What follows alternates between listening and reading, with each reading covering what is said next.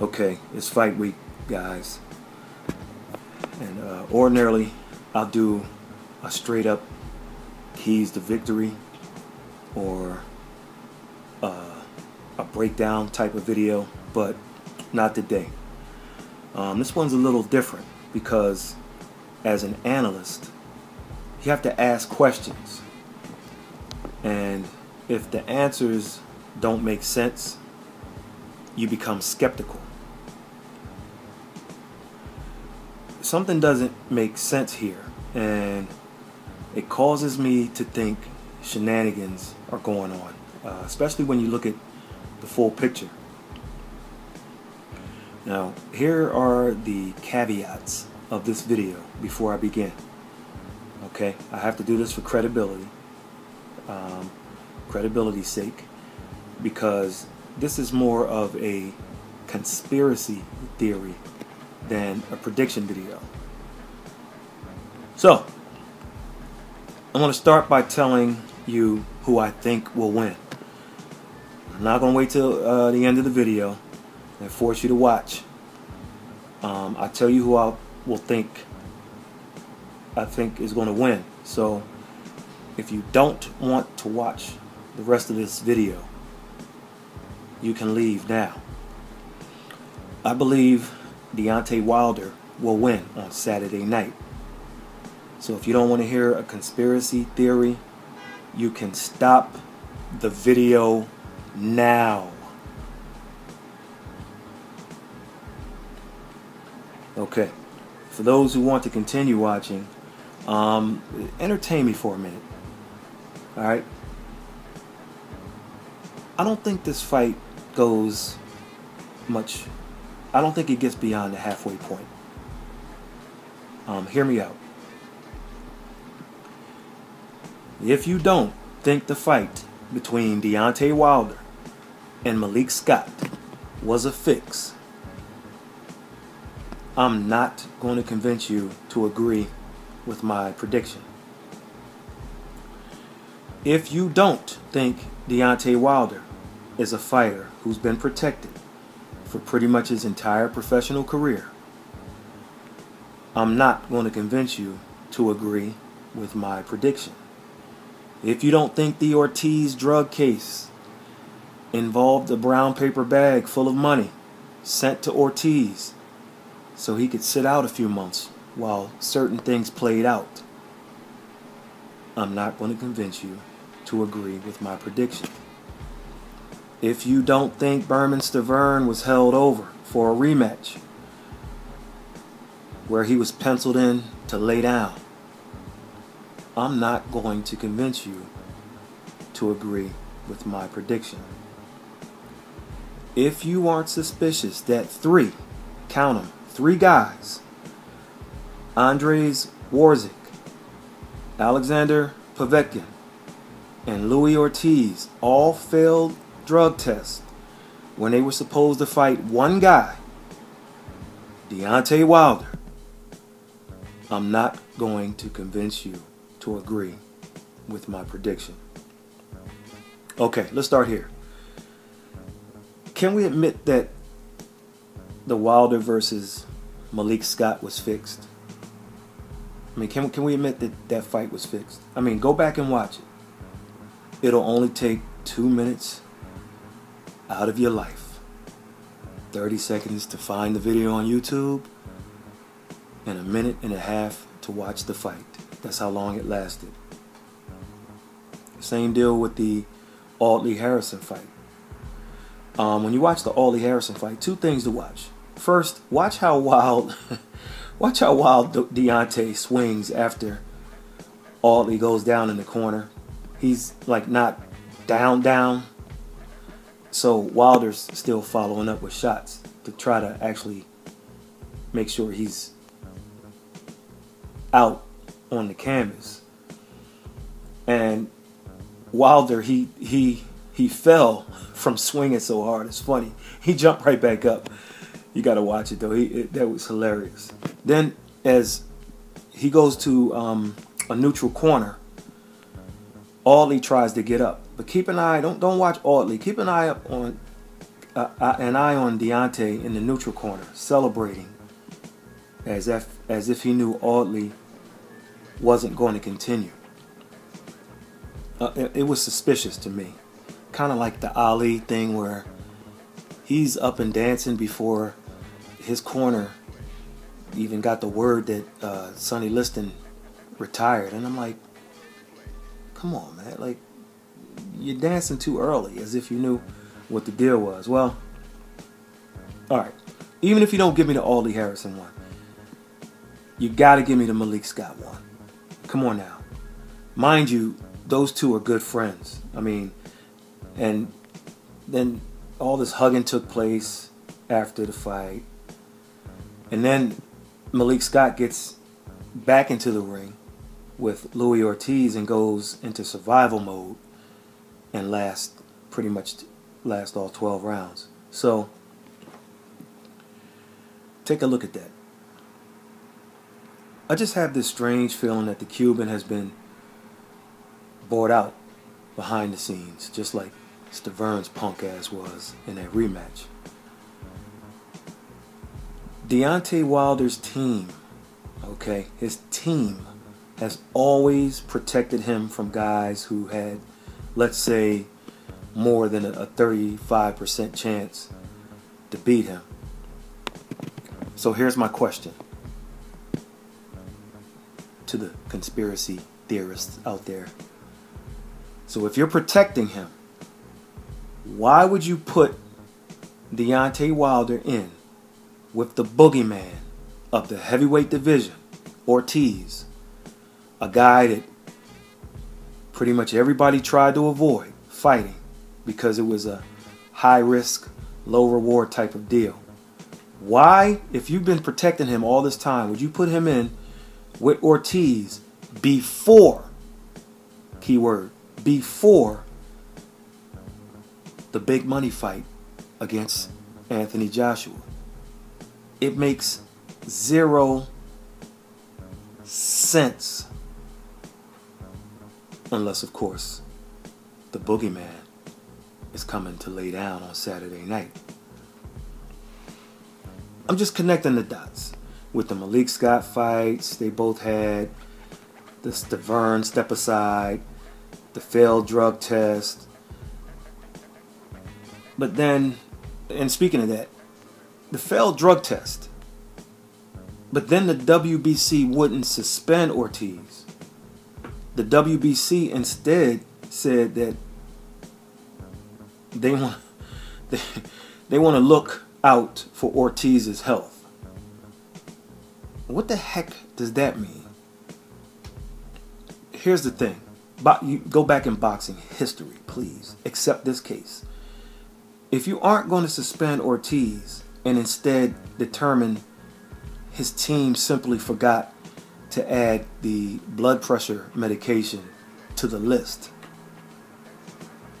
then give him a TUE. Okay? And that TUE doesn't stand for Tuesday, folks. That's a therapeutic use exemption. Floyd Mayweather Jr. can tell you about what those are. So, why wait to have the fight now? So, in steps Staverne, who was laying in the wings for like a year, while Ortiz sat. But if you aren't suspending Ortiz, then why do the Staverne thing at that point? Besides, that wasn't a real title defense anyway, because Staverne had no, hear me out, no real ranking at that time. So why wait? That's when one of the weirdest press releases I've ever read came out. And it read like this. Man, this cracks me up. To clarify the Louis Ortiz situation, this is the real and only version of the current process. Mr. Suleiman and the WBC have not suspended or removed Louis from their rankings. The WBC's decision was as follows. They did not sanction the fight based off the fact that they are worried for Luis's health. And to be honest, I must respect and admire their decision because I agree. Come on, man. I agree. The fighter's health is paramount. So the WBC will schedule a visit with one of their approved physicians to check Luis Ortiz's health and make sure he is 100% healthy and fit to fight, and that the blood pressure pills will not affect him physically. Once Luis passed all physical exams and is medically cleared to fight by the WBC, we will begin to work on a possible fight towards the end of the year. Also, once all is resolved, we hope that we can reschedule the Wilder fight in the first quarter of next year. End quote. Look, man, they already knew this was going to happen. This is all staged. Let me say one thing. First of all, the WBC cannot cancel a fight. That's up to the state boxing commission, in this case, New York. Listen, you've been sold a bill of goods, folks.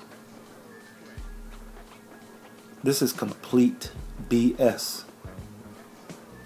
Listen to what Team Ortiz said, and you're thankful to the WBC. I mean, they're doctors now.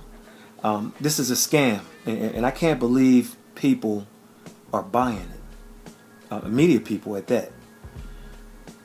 If you look at the prescription, you'll see that Ortiz has been taking this medication for a long time. And now you're concerned about his health, WBC? This is easy math. I'm shocked at how the seasoned boxing media got fooled by this. I mean, it's easy math. And I made noise about it in a previous video when it occurred. If you go back some videos ago, something about, I know the title was "You've Been Sold a Bill of Goods." If you listen to that video, nobody made any noise, and I'm not talking about the fans. I'm talking about media. These big time media people. Nobody. It was a cop-out situation. If you fail a test, you get suspended. If you're a champion, you get stripped of your title. And you lose your position in the rankings. Or either you drop some spots or just totally drop out of the rankings. What the WBC is saying here is, while there was a failed drug test, it really wasn't a failed drug test because it was a reporting error.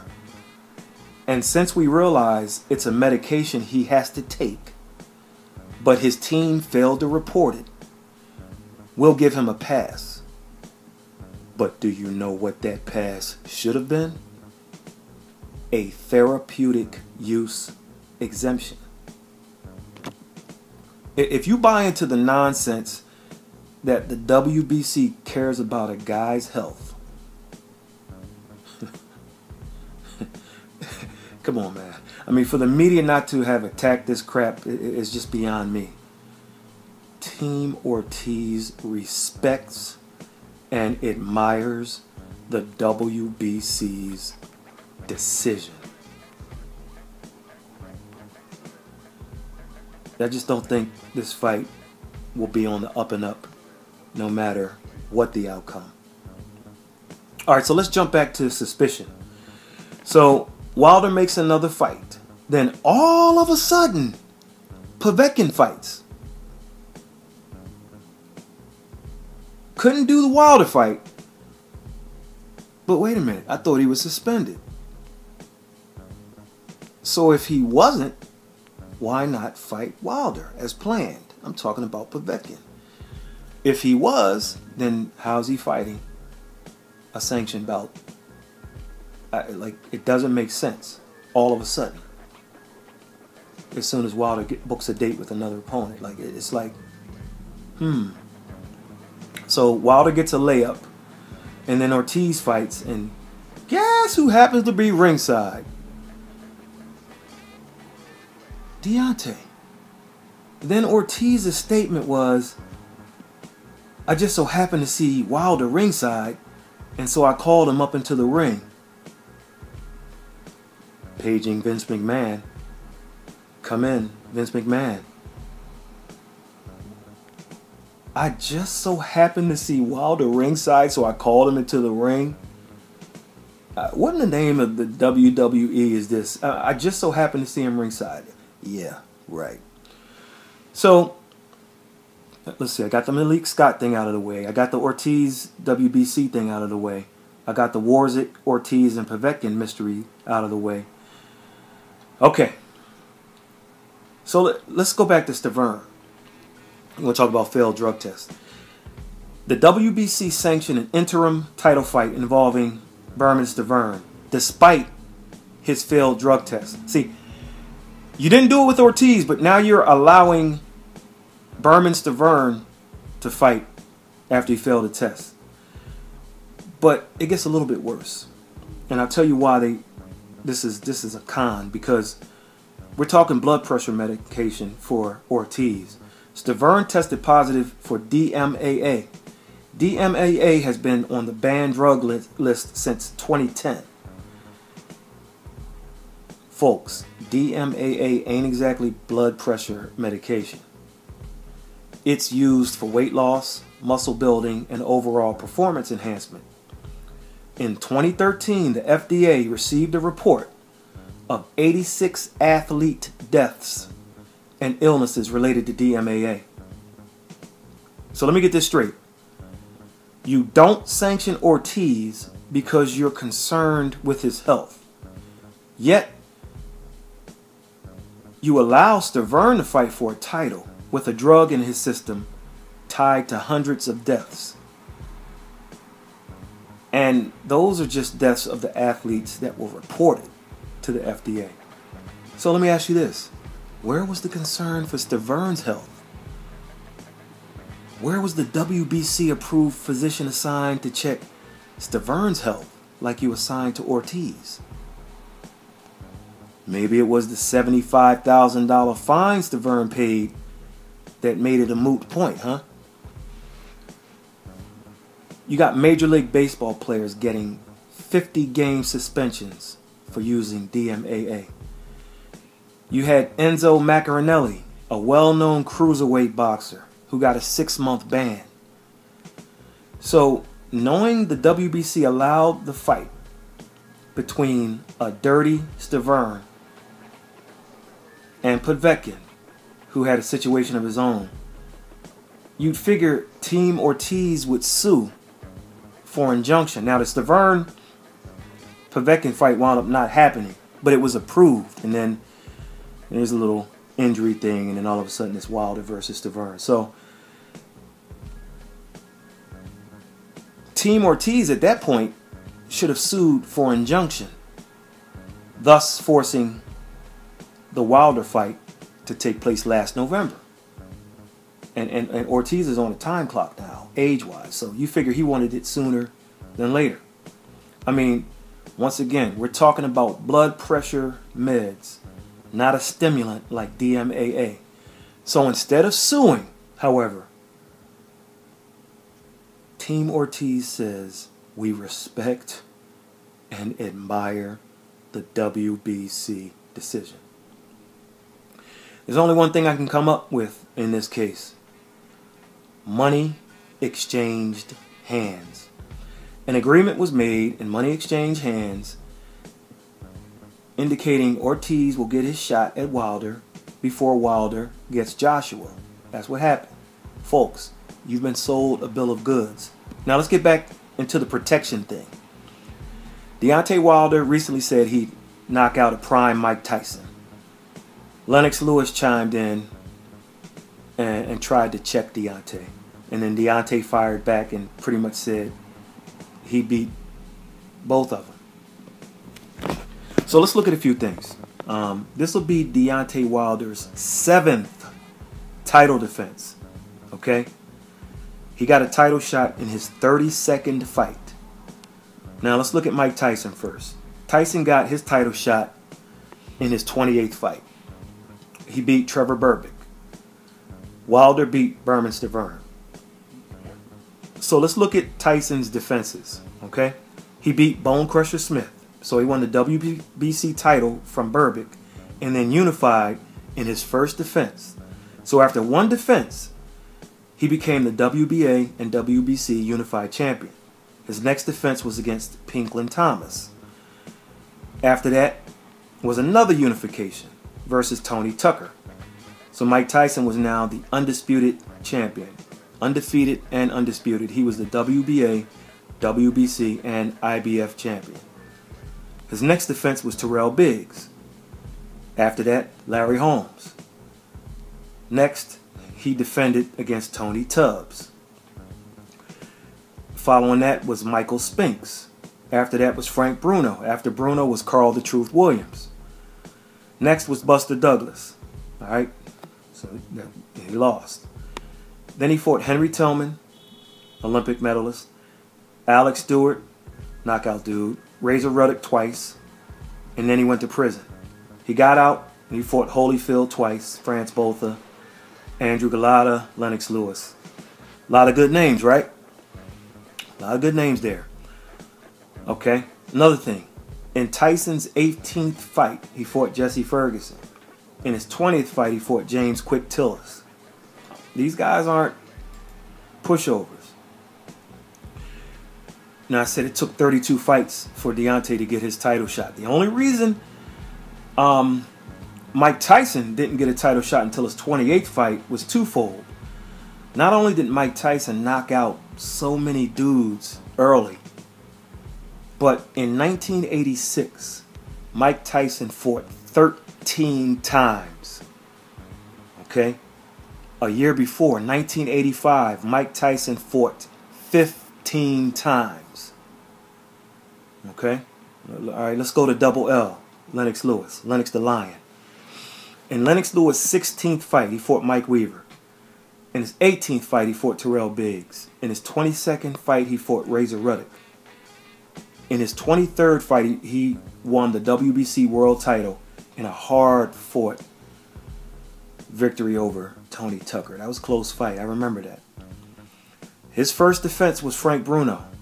Then Lennox fought Phil Jackson. Then Oliver McCall. Okay, a loss.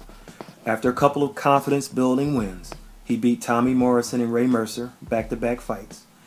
Then he fought McCall again and won the WBC belt. After that, he fought Henry Akinwande, Andrew Galata, Shannon Briggs, that tough Russian dude, Marovic. He fought Evander Holyfield twice, back-to-back. Fought Michael Grant, France Botha, David Tua, Mike Tyson, Vitaly Klitschko, or Vitaly Klitschko, depending on what part of the world you're from. All right? Once again, a lot of good names on there, right? Now let's look at Wilder. Okay, only his 7 title defenses. Before I start, let me say Deontay Wilder has 0 unification bouts. So, in Deontay Wilder's first defense, he fought that stud from Raymondville, Texas. That's right, Eric Drummer Boy Molina. And yes, that's his real nickname. He's the Drummer Boy. And Deontay went life and death for 9 rounds with the Drummer Boy, who was one punch away from stopping Deontay Wilder in front of his home crowd. And don't try to twist it. I want you guys to keep it real with me here at this point in the video. Even the hardcore fans out there. Be real. How many of you knew who Eric Molina was before he fought Deontay Wilder? Keep it real in the comment section below, please. And while you're on that, what has Molina done before Wilder or after Wilder? Keep it real. Let's move on. Wilder's second defense was against the all-time great heavyweight Johann Duhaupas, the Frenchman. I want you guys to keep it real with me.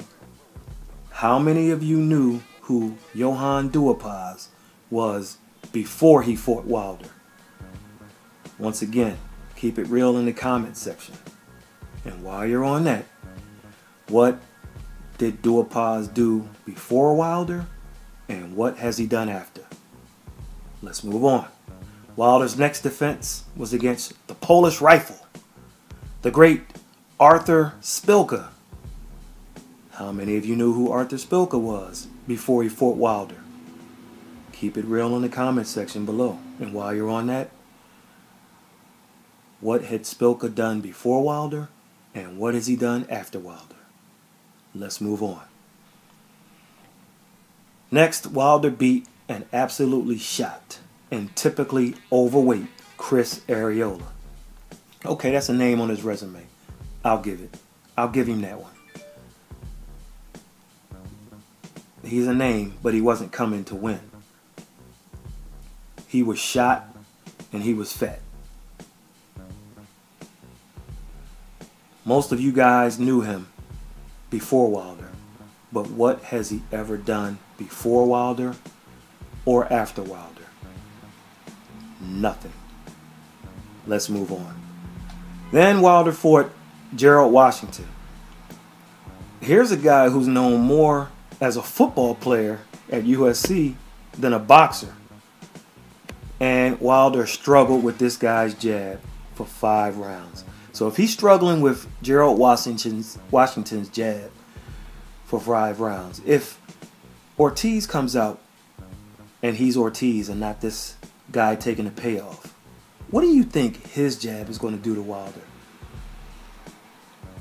He never was able to figure Washington's jab out. It's just Washington starts to gas and he got caught. All right. His next defense was against Berman Stavern, who came to lay down. Overweight, fat, didn't train, collecting a payday. They knew what time it was. Walked through every punch Deontay threw in their first fight, and all of a sudden, he can't take a punch now. Listen, I say all of that to say he's been protected. In other words, ain't no Parkers or Klitschko's on this guy's resume, or even a Dillian White on his schedule. So I'll ask again, why protect him all this time and then put him in with a killer instead of the big money fight with AJ? Let me tell you something. Deontay better win. Deontay has never made $2 million in a fight. AJ has made over $20 million in a fight at least twice. He got over, he might have gotten closer to 40 than 20 against Klitschko when the money came in. And I'm not talking about sponsors. I'm talking about the guarantee, just the straight up guarantee money. So when you look up and you see a number like 18 million, but you see that symbol in front of it, okay, that's 18 million British pounds. But when you convert that to American, it's probably something like 22, 25, something like that. Don't quote me, but and then he made a fortune for fighting his last fight against a guy that people hadn't heard of, like, and sold it out. So Deontay's never made $2 million. Wilder was offered $4 million to fight Dillian White, a guy who most would say is a less risky fight than Louis Ortiz. Wilder turned it down. Wilder was also offered $7 million plus the US TV rights to fight Joshua. If he would have taken that, he probably would have made over $10 million once you add the TV rights in. Plus there would have been a rematch clause, win or lose, so he would make another $10 million or more if he beat Joshua in the first fight. No, and then lastly, no matter what he did, let's say he fought Joshua, got 10 million the first time and lost, and 10 million the second time and lost. No matter what Deontay did after that, he'd always be paid a minimum of about 4 or 5 million per fight until he retired or started just straight up losing all the time. That's what that fight would have done for him. So he better win. That's what I'm saying. If you lose to Ortiz, all of that is out of the window. Of course, I could be incorrect. This conspiracy theory could be off. And Ortiz may knock this guy out. Boxing is about skills, and Ortiz has them. If this fight is on the up and up, Ortiz, all he has to do is double and triple the jab, get Deontay out of position, and he knocks him out on a counter shot. He does that by kind of throwing feints, going to the body when he's on the inside, and capitalizing on Deontay's defensive deficiencies, and there are plenty of them. And if that happens, I'll come back on here and admit that my conspiracy theory was off. But you won't be able to tease me if it is until we get that post-fight drug test result, which could take up to April to come in. We'll catch you on the next one.